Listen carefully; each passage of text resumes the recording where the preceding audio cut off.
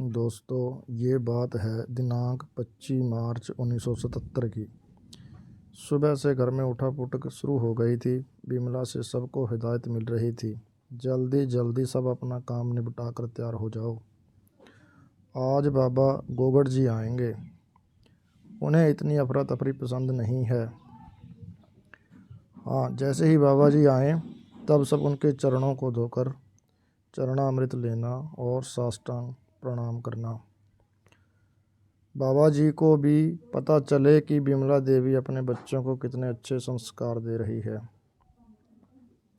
बिमला के अंदर अहम की भावना कूट कूट कर भरी थी, जो अपने हर काम में किसी न किसी बहाने खुद को ऊंचा रखने की कोशिश में लगी रहती थी, चाहे वह काम ईमानदारी का हो या फिर बेईमानी का।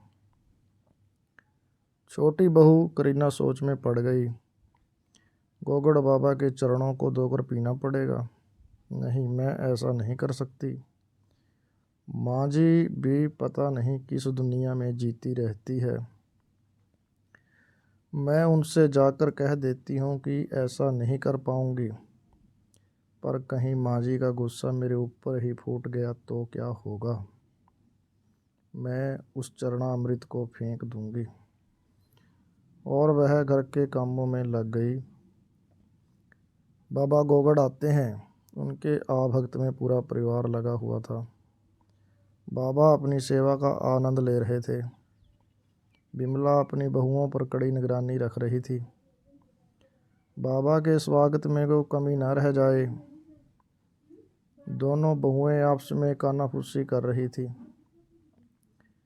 कि पता नहीं इस बाबा गोगड़ ने क्या जादू टोना कर दिया है माँ जी के ऊपर। बाबा के कहने पर वे अपना सब कुछ लौटाने को तैयार रहती है। बड़ी बहू एश ने झेंपते हुए कहा, मैं यह नाटक कई सालों से देखती आ रही हूँ। अब तुम भी झेलो। मेरा मानो तो इस नाटक में तुम भी शामिल हो जाओ। इसी में तुम्हारी भलाई है।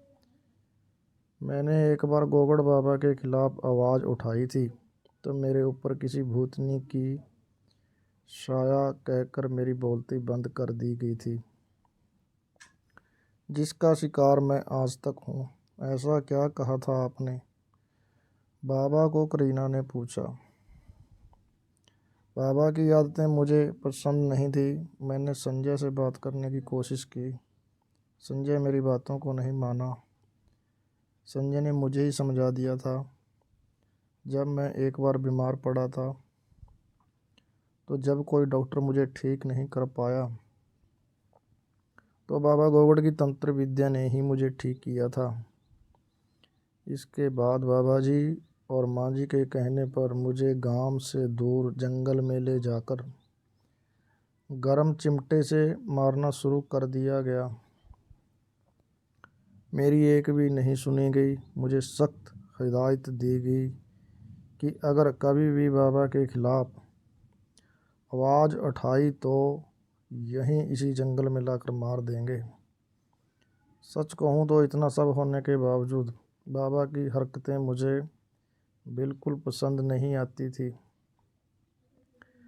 वे बार बार मेरे हाथ के में भोजन की तारीफ करने के बहाने अपने पास बुलाते रहते थे। बाबा के बारे में जब भी एस संजय से कुछ कहती तो वह उसकी बातें टाल देता था। वह अपनी कमी को छिपाकर संजय ने एस के बांझ होने की अफवाह फैला रहा था। इस अफवाह से लोग उस पर नफरत करते थे। उसका सुबह मुंह देखना पसंद नहीं करते थे। एस के मुंह से ये सारी बातें सुनकर करीना हक्की बक्की रह गई। वह मन ही मन उधेड़बुन में लग गई और रात का इंतजार करने लगी। बाबा का समय तंत्र विद्या के लिए तय था। गोगड़ बाबा के आदेश अनुसार पूजा की सारी सामग्री आ गई थी, जिसमें एक जोड़ा सफ़ेद कबूतर भी थे जिनकी बलि अगले दिन देनी थी। यह देखकर करीना की रूह कांप गई। भला ये कैसा बाबा है जो जीव हत्या को पूजा का नाम दे रहे हैं। रात में गोगड़ बाबा एक कोठरी में आसीन होते थे। वहाँ सब हाथ जोड़कर बैठते थे। यह पूजा करीना के नाम पर रखी गई थी। करीना भी वहाँ आई। बिमला देवी ने करीना का परिचय बाबा को देते हुए कहा, बाबा जी, यह मेरी छोटी बहू और छोटे बेटे अनिल की पत्नी है। काफ़ी बड़े घराने की है, अच्छी पढ़ी लिखी है। जितनी यह देखने में खूबसूरत है उतनी होशियार भी है। जिस चीज़ को छू देती है वह चीज़ सोना हो जाती है। पर एक ही कमी है कि यह अभी तक इस घर को चिराग नहीं दे पाई है। करीना पसोपेश में पड़ गई कि माँ जी उसकी तारीफ कर रही है या फिर उसे नीचा दिखा रही है। लेकिन वह होशियार थी और भांप गई बिमला देवी की बातों को। बाबा करीना को देखकर मन ही मन न जाने कितने सपनों को बुने जा रहे थे। वे अपनी तंत्र विद्या को बुलाकर करीना को एकटक देखे जा रहे थे। इतने में पंखों की फड़फड़ाने की आवाज़ आने लगी। करीना ने नज़र दौड़ाई तो उन कबूतरों पर चली गई। मैं इन्हें मरते हुए कैसे देख सकती हूँ, कैसे आज़ादी दिलाऊं इस जोड़े को ढोंगी से। दीदी सच ही कह रही थी इस पाखंडी के बारे में, करीना सोच रही थी। पूजा खत्म होने के बाद गोगड़ बाबा ने करीना के सिर पे हाथ फेरते हुए दूधो नहाओ पूतो फलो का आशीर्वाद दे दिया। उन्होंने उससे पूछा, तुम क्या चाहती हो? मुझे ये कबूतर दे दीजिए, मैं इन्हें खुले आसमान में उड़ाना चाहती हूँ। बाबा भांप गए कि करीना उनकी तंत्र विद्या को नाकाम करना चाहती है। वह उससे पूछ बैठे, क्या तुम्हें मेरा आना यहाँ पसंद नहीं?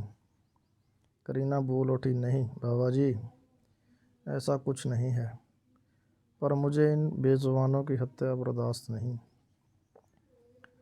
गोगड़ बाबा सोच में पड़ गए। फिर वे बोले, तुम इस घर की छोटी बहू हो, इसलिए मैं तुम्हें अधिकार देता हूँ कि तुम इस जोड़े को ले जा सकती हो।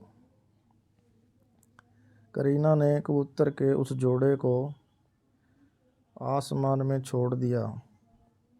बाबा ने पिंजरे पर सफ़ेद कपड़ा डाल दिया।